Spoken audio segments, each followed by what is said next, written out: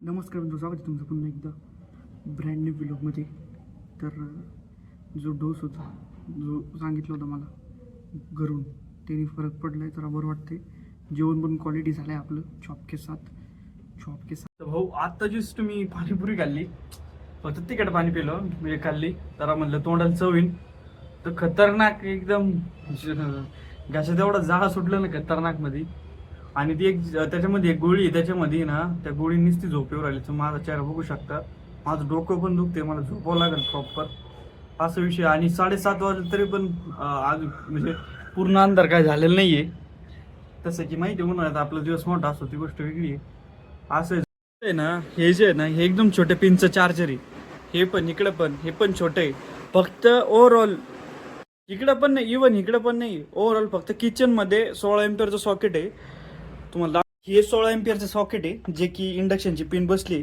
16 एम्पियरचं socket एक असल्यामुळे conflict होतं, कारण की कधी कधी याला बनवावं लागतं सेम टायमाला, कधी कधी मला बनवावं लागतं सेम टायमाला. तर मग याच्यासाठी मी काय केलं, म्हणजे पप्पांनी मला एक बोर्ड बनवून दिलंय. 16 एम्पियरचं जे पिन ते बसेल. पण आता त्याच्यात विषय असा आहे, इंडक्शन मोठ्या वॅटवर चालतं, त्याच्यामुळे ते कसं आहे, जी पिन आहे ती 16 एम्पियरची नव्हे, ती छोटी पिन दिली मला. कारण की आपल्याकडे होल्डर 16 एम्पियरचं तेवढं एक आहे, दुसरं एक आहे पण ते फंक्शनल नाही आहे. मी बघितलं पण ते फंक्शनल नाही आहे, त्याच्यामुळे पप्पाने छोटी पिन बसवली. आणि ती छोटी पिन बसून मग तिकडे खाली बोर्डमध्ये 16 एम्पियरचं व्होल्टेज येतं. पण जर ती पिन जर गरम झाली बिकॉज ऑफ हाय व्होल्टेज, मग मग मग ती बोर्ड जळ ते बघू आता. पण काल मी केलं तर मला काही एवढी अडचण आली नाही, सोल्युशन वर्क करतंय ते, म्हणून काय हरकत नाही आहे. पण मी आता तुम्हाला ते दाखवतो. अजून एक आहे पण ते बंद पडलेले. कमीत कमी ना रूममध्ये, जसं की मी बोललो, कमीत कमी ना रूममध्ये 3 ते 4 आहे ना 16 एम्पियरची सॉकेट पाहिजे हो, असं मला पर्सनल वैयक्तिक वाटतं.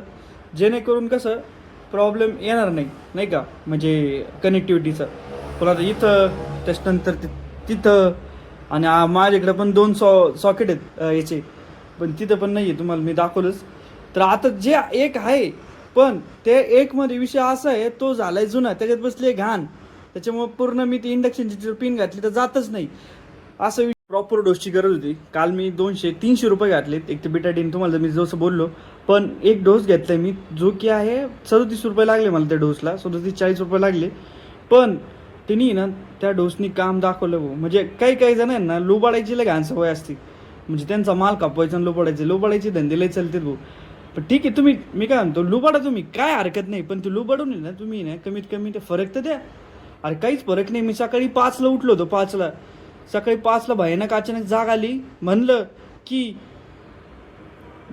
गोळी घेऊ, ॲझिथ्रोमायसिन घेऊ. ॲझिथ्रोमायसिन होती 500, मी घेतली डायरेक्ट ॲझिथ्रोमायसिन 500. मला रिलीफ एक 5-10 मिनिटासाठी झोपण्यासाठी भेटला.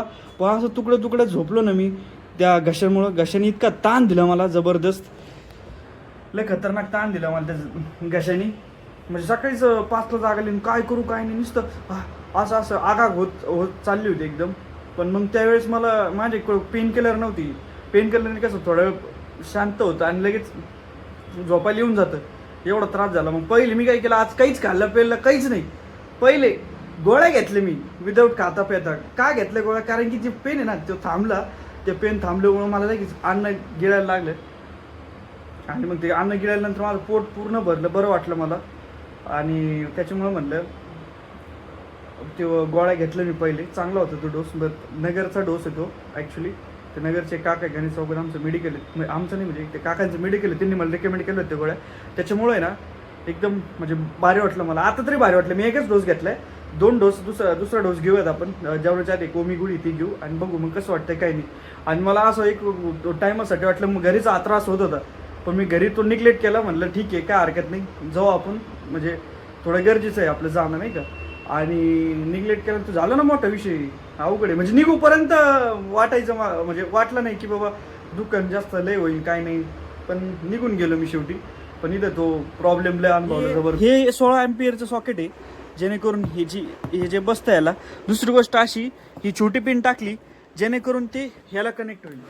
पण जसं की मी बोललो, ही छोटी पिन असल्यामुळे व्होल्टेज ट्रान्सफरला प्रॉब्लेम येतो, वायर छोट्या असतात आतमध्ये, असा विषय येतो. इथं पण आहे 16 एम्पियर, पण हे 16 एम्पियर जसं की मी बोललो मी, याचे जे होल्स आहेत ना ते पूर्ण पॅक झालेले आहेत. मला घाम इतका जबरदस्त आला आहे. तिकडं पुढं हे काय म्हणतात त्याला, फॅन नाही आहे, म्हणजे लावलं नाही आहे मी इन शॉर्ट. तर ठीक आहे, आता तरी बरं वाटतं, देवाच्या कृपेने बरं वाटावं.